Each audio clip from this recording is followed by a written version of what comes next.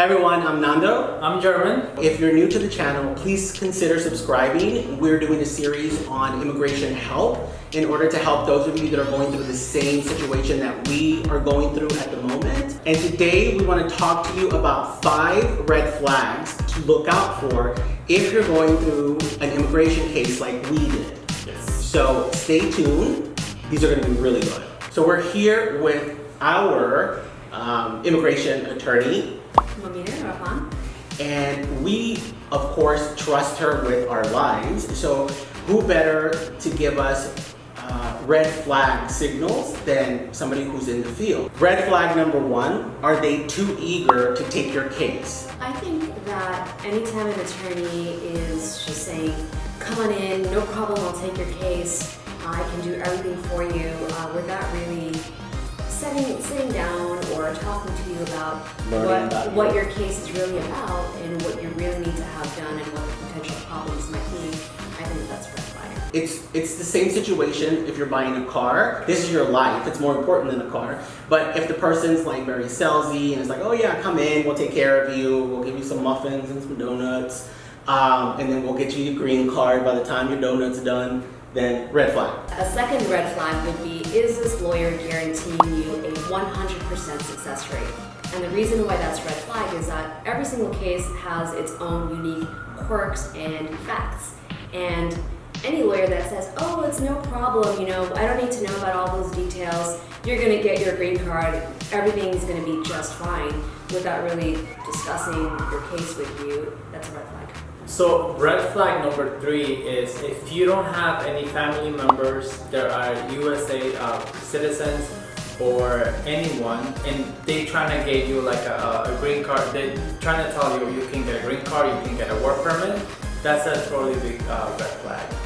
Because is that the step, like someone has to sponsor you, right, that you know, and it can't be your neighbor that you fell in love with through the internet. Yeah, Okay, and a lot of times it can't be an uncle or a brother, and what happens, a lot of people fall victim and prey to notarios who guarantee you a green card, who guarantee that you can get a work permit, but if you're here with absolutely nobody, then no family members who can help sponsor you for a green card, then what these notarios and maybe some unethical lawyers are doing is they're filing frivolous or false asylum claims for you, and ultimately you will end up with a work permit in the beginning, but at the end you'll end up in removal proceedings in deportation. Yeah, no, Nobody wants that. That's not good. And then I want to clarify, when it says immediate relatives, that includes your spouse, because your spouse is automatically a real. I never thought of that. Like, wait a minute, German didn't have a relative, but I'm like, oh, I guess it was me. Okay, so if you're married to someone, that's a relative. Okay, it kind of sounds weird, but that's a relative. Red flag number 4 is, does your lawyer care about you and your circumstance? Momita was amazing at emailing us, calling us. Sometimes it was like we would have a scheduled call like at 11 and 10 p.m. 11, because that's the only time that you had availability. But we had the phone calls, and she was always checking in. I don't know what it would be like to be going through a situation like this, and your attorney is nowhere to be found. No answering of emails, no calling you back. That's a major red flag. So I have a friend that she started her process way before us, and she's still in the process and she also switched 2 lawyers because she switched attorneys twice. She switched attorneys twice because she keeps calling them, no answers, no phone calls, no emails, no nothing. And Movita here is amazing. She's the opposite of that. Yeah. Did you refer Movita over? I did refer. Okay.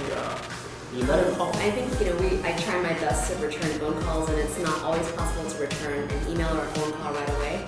But yeah, if your attorney is nowhere to be found, they're not responding to your calls or your emails, that's bad news, because a lot of times, a lot of attorneys who end up becoming disbarred or prohibited from practicing in immigration court, that's one of the most frequently cited factors in client complaints, is that they do not speak with their clients. And you said a really important, good fact. I think when we were going through this, I don't know why, now it's making sense. I don't know why I thought we were her only clients. So I'm like, why, she would email us back, but I wanted it within 5 minutes, because you're in desperation mode, you're high anxiety mode. But you got to remember, they're working on other cases too. They have a full workload. So again, don't expect that 5-minute response, but if you don't get, by the next day or 3 days, something's up, red flag. The next red flag is, does your lawyer ask you to lie? This is a huge no-no, and it's really bad because a lawyer who wants you to lie or is okay with you lying or hiding material facts is actually ultimately putting you in further harm's way, because the truth always comes out. People who lie on immigration applications usually get found out.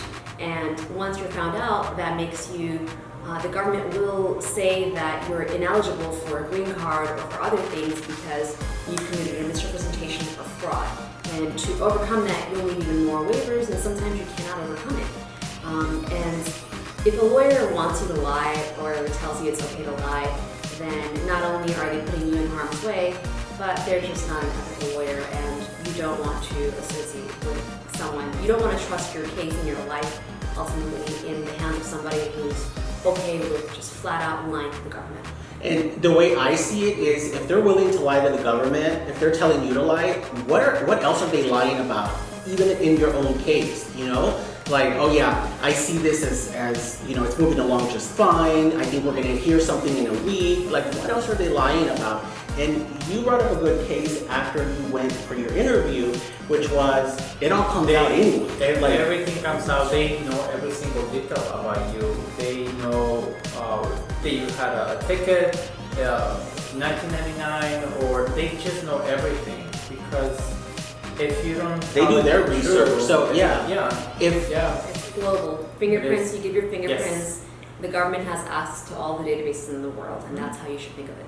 Yeah, if it's easier to stick to the truth, even if it's a little bit bad, because if you try and lie about it, especially during your interview, it's going to come out. So if your immigration attorney is asking you to do this, major red flag. Major. So guys, these are the red flags that we wanted to bring to your attention. I'm sure there's lots more where these came from, but we just felt like these are the top 5 that you should really keep your radar on high alert for, right? Yes. So if you guys have any questions about any red flags or red flags that we didn't mention that you feel are tingling your spidey senses, we want you to contact Momita on her website. I'll also put the link in the description, and also you'll see it on the screen right about here. So thanks for tuning in. We will see you in the next video, because we will be discussing the 3 important things to discuss with your immigration attorney on your first session.